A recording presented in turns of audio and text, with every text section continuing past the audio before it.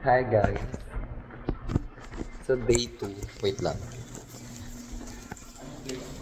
Ang dilim, no? Naglalakad kasi kami sa lobby. So day 2 ng Cebu journey namin.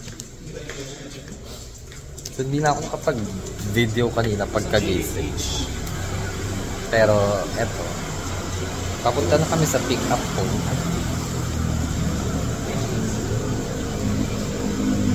Ano kami ngayon?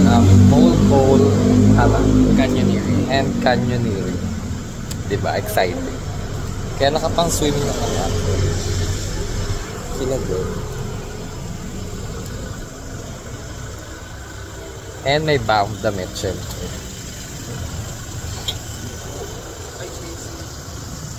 Tapos iniintay na namin yung susundo sa amin.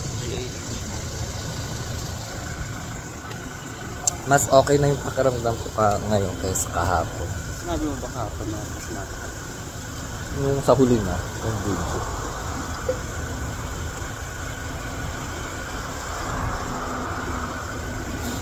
Hindi na ako nakapag-breakfast pero nagbaon ako ng biscuit.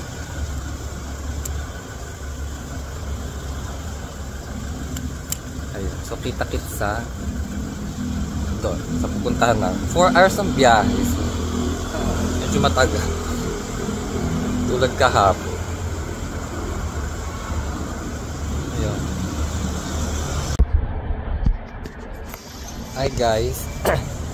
Wala pa kami sa destination pero nag-stop over muna kami dito somewhere. Talagta pa lang ng biyahe para daw mag-breakfast.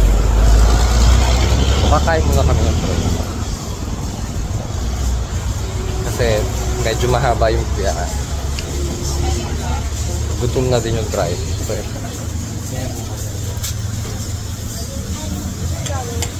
So yun.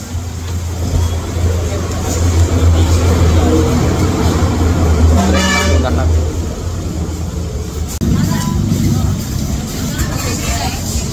Makain kami. Ay ako pala. Naiwan na ako. Mabagal ako kumain. Pero ito. Total. Ayan.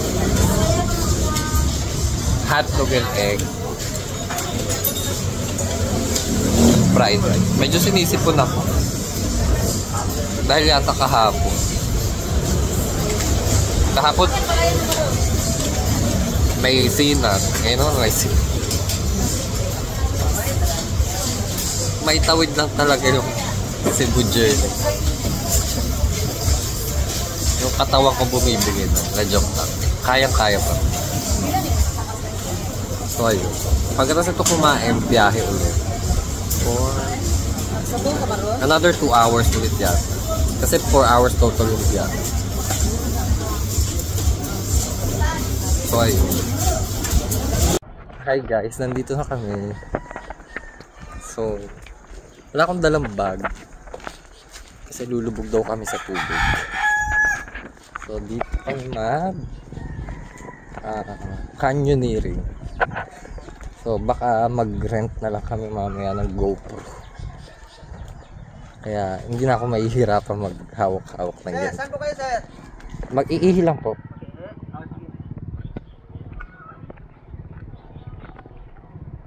So ayun. Tapos yun na lang yung i-upload ko. Diba? Mas mabilis. Anyway.